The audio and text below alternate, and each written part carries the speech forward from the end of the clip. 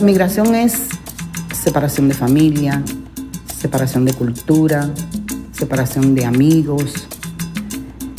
Y cuando tú llegas a una comunidad que te acoge, te hace más llevadero la nostalgia de todo lo que dejaste atrás.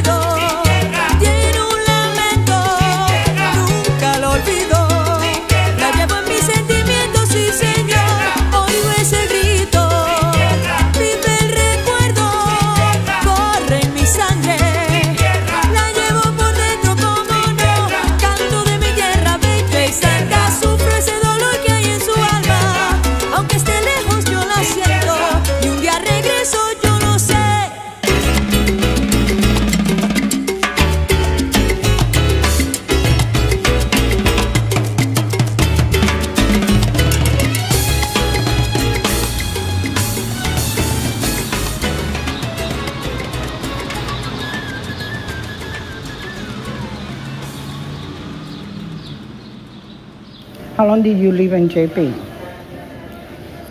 7 years. 7 years, right?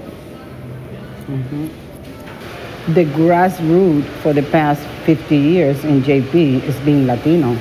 Yeah. To the point that we had 112 different businesses only in this area being managed and owned by Latinos. Okay. Right now, this area is being nominated. It's called Boston Latin Quota at Large for promotional purpose, mapping in the city. Okay. I didn't realize that there was an official decree by the city. Yes. It accomplished a lot because for us Latino, it gives us a sense of belonging. Like, you know, you need something.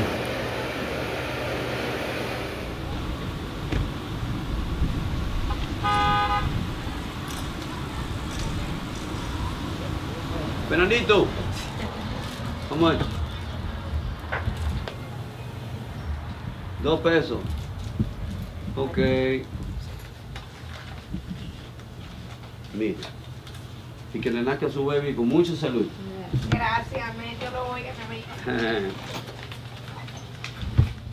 Los comerciantes empezaron a tomar este sitio como un Latin Quarter, como un centro comunal hispano. Sí, más o menos era como Little Cuba cuando eso, sí. Y así empezó todo, la comunidad a crecer de los 60 para acá.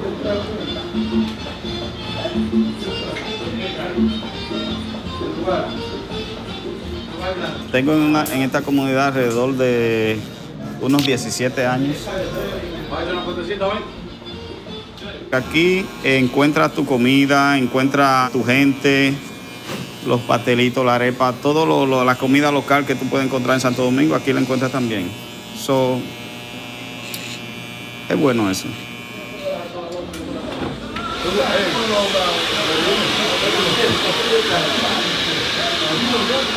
Thank you, sir. Yeah, have a good one. Thank you. Later, Papa. Después pues fue cambiando un poquito, empezaron a llegar los puertorriqueños, los dominicanos y gracias a Dios es una comunidad muy diversa.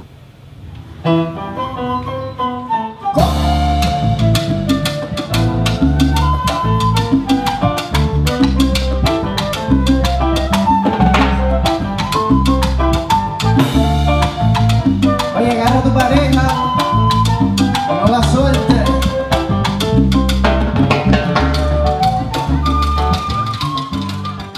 Me sentí cómodo como en familia aquí. Además estaba lidiando con mi comunidad, en mi idioma, y me sentía como en casa.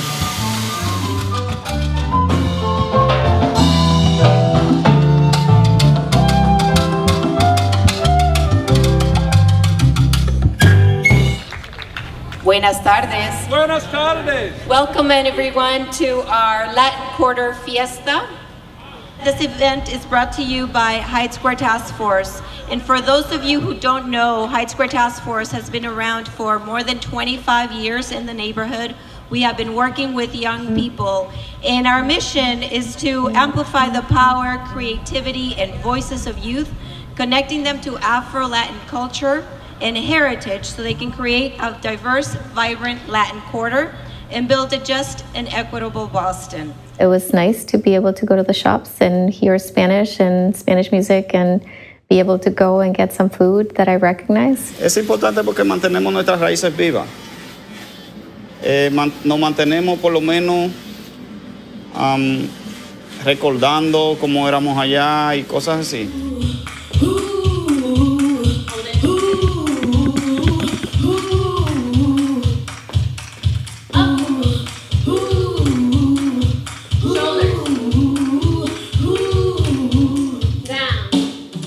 I came to the United States when I was 10 years old. I went to school in Boston's Latin Quarter. I've grown up here and it's shaped who I am today. For me, having been in a place where teachers were mixed, right? They looked like white Americans, but they looked like me too. And I knew that I was living in a world that although I had to get used to some things, I still could aspire to be in a position of leadership.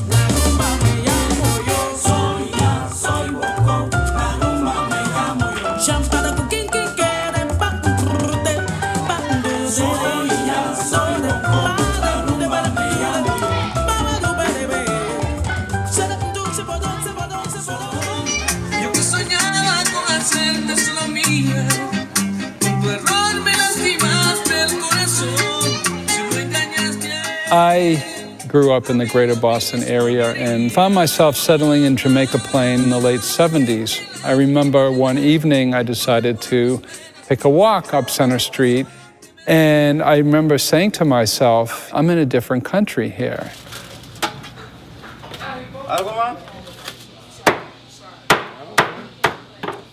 Dame 3 amarillos. Alex Chimis es el típico chimichurri dominicano. Tenemos el pollo rostizado, tenemos chicharrones, tenemos carne frita, pollo frito, también tenemos arroz con gandules, tostones, batata, yuca. Un menú típico. ¿Para llevar? Para llevar, sí. ¿Toma mi amor? No. ¿Qué quiere el pollo, el arroz y la yuca? Todo. Este sitio de Alex Chimi, bueno, pues por 20 años ya en nuestro punto estratégico para nuestra comida deliciosa. Y estamos aquí para comer bien.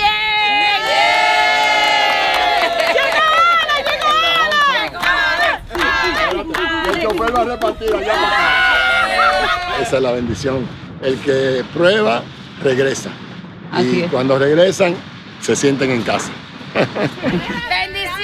Gracias. Bendiciones. No podemos decir más que gracias a Dios por ponernos en el centro de Latin Quarter, en la comunidad hispana, para poder servirle a nuestra comunidad.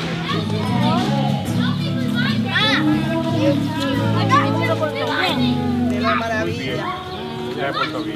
86, 87, I started to notice that, yes, there was still all that vibrancy and the music, the culture. There was a very lively street presence of families. I also began to notice very quickly that there was a big drug and violence issue. Empezaron a vender drogas y por la calle y se puso muy duro esto por acá. There were very active and aggressive drug dealers who were saying to me, you looking? You looking? That's all they kept. They assumed I was a client, even though I had a 6-month-old child in one of my arms. Antes aquí nadie quería vivir. Los americanos no querían vivir en Jamaica Plain. Más bien fueron huyendo. We need a place that will lessen the gang violence and stop the drug dealing. Gang members are recruiting, and what is the community doing about it? That's the question. The neighbors got together, and we were like, what are we going to do about this? We dream dream that one day we can play together, stop the hate, and become one family. Empezó a limpiar un poco la comunidad, poquito a poco, y fuimos mejorando poco a poco. Por más de 40 años, los latinos hemos trabajado arduamente, sembrando una semilla de unidad en Jamaica Plain. Well, I have news.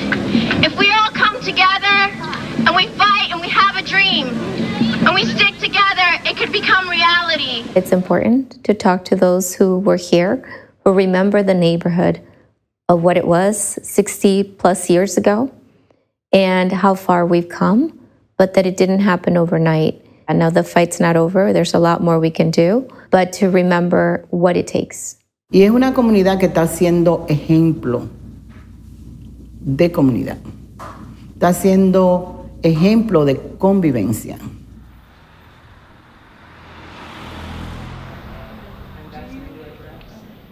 Okay, so welcome to our bilingual story time. My name is Suhey. I'm the children's librarian here. And what we do is we sing a couple of songs in English and in Spanish, okay? These are our pies. Nos saludamos con los pies. Nos saludamos con los pies. Nos saludamos con los pies. Y decimos, hola. And what are these? Legs. And in Spanish? Piernas. Nos saludamos con las piernas, nos saludamos con las piernas, nos saludamos con las piernas y decimos hola. Good job. Our young people don't grow up in programs, they don't grow up in organizations. They don't grow up just in the context of families. They don't just grow up in schools. But it's all of these interconnected circles that impact our lives. And until we sort of coordinate among them, we're not able to really make a difference.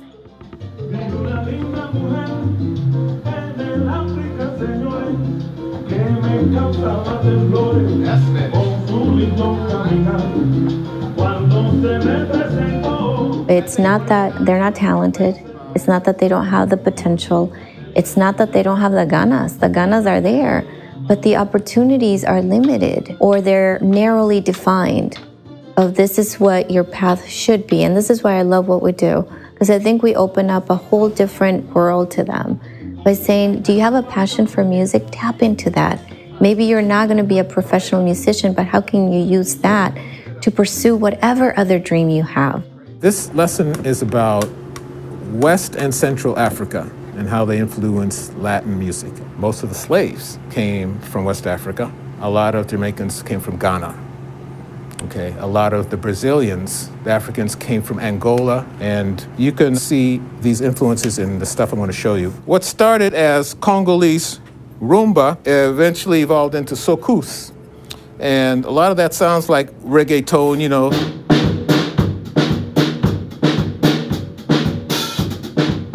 It's great when they can see themselves in history, when you can make sense of it for yourself, when you can see ways you could be a part of it, or what caused the richness or the poverty or the insanity in your family. History can tell you those things.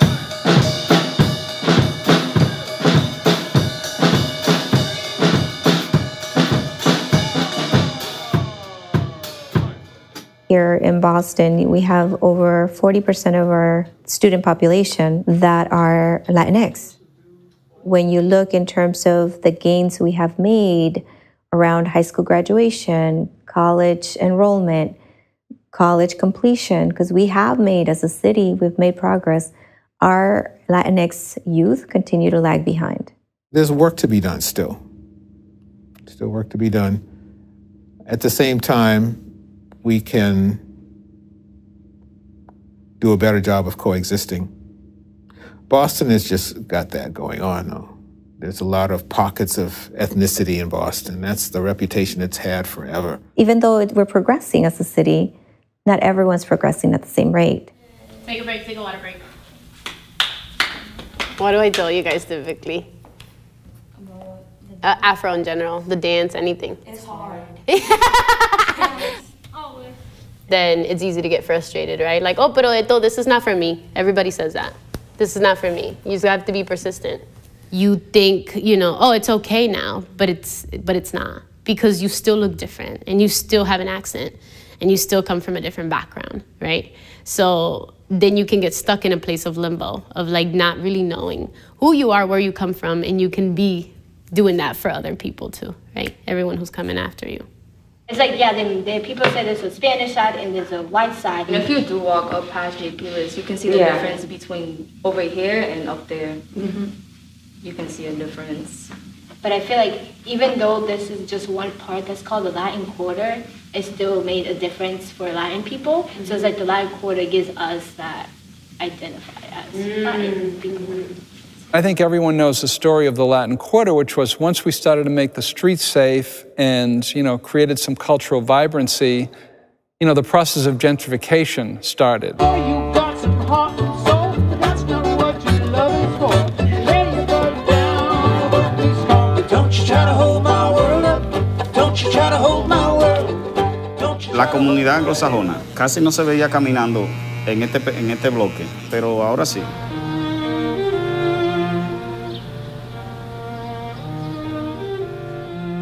Ha sido demasiado rápido el aceleramiento, el crecimiento de la ciudad de Boston.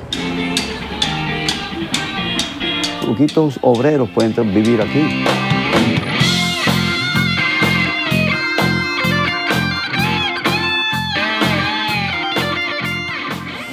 La comunidad ha tenido que desplazarse a las afueras de la ciudad.